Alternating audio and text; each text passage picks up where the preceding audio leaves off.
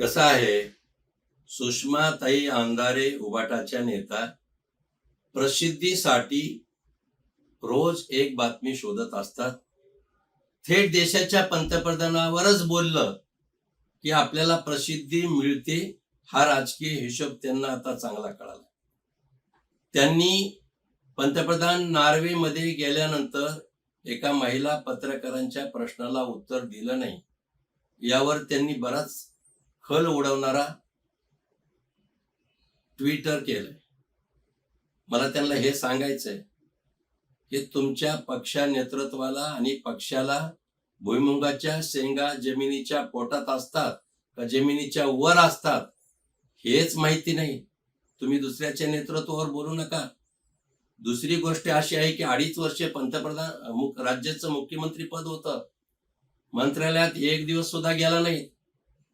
एवढंच नव्हे तर काल परवा विधान परिषदेमधली उपस्थिती पत्रक जाहीर झालंय, माध्यमाला आलंय.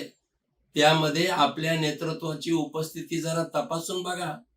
आणि हो, पंतप्रधान परदेश दौऱ्यावर जेव्हा जातात त्याचे काही शिष्टाचार, त्याचे काही नियम असतात, हे लक्षात घेतलं पाहिजे.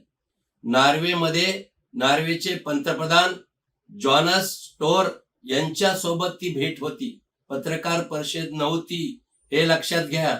आणि तिथं जर हेले लिंग नावाच्या एका महिला पत्रकारांनी भगिनीनं प्रश्न विचारला, त्याचं उत्तर दिलं नाही म्हणून तुम्ही आता गळा काढता. मुळात ती पत्रकार परिषदच नव्हती, ती फक्त पंतप्रधानाची भेट होती. त्यांनी ती भेट घेतली आणि गळा भेट घेणं, आलिंगन देणं हा तर भारतीय संस्कृतीचा अलंकार आहे, जो तुम्हाला अजिबातच माहित नाही. आणि म्हणून तुम्ही ज्या प्रकारचा नरेटिव्ह या एकूण प्रश्नावरून करू लागला, अगोदर आपलं बघावं. आपल्याला आमदार केलं नाही हे मी समजू शकतो की उबाटानं तुम्हाला परवा आमदार केलं नाही, त्याचा राग आहे आणि त्या रागाच्या पोटी तुम्ही निश्चित रागा करू लागलात.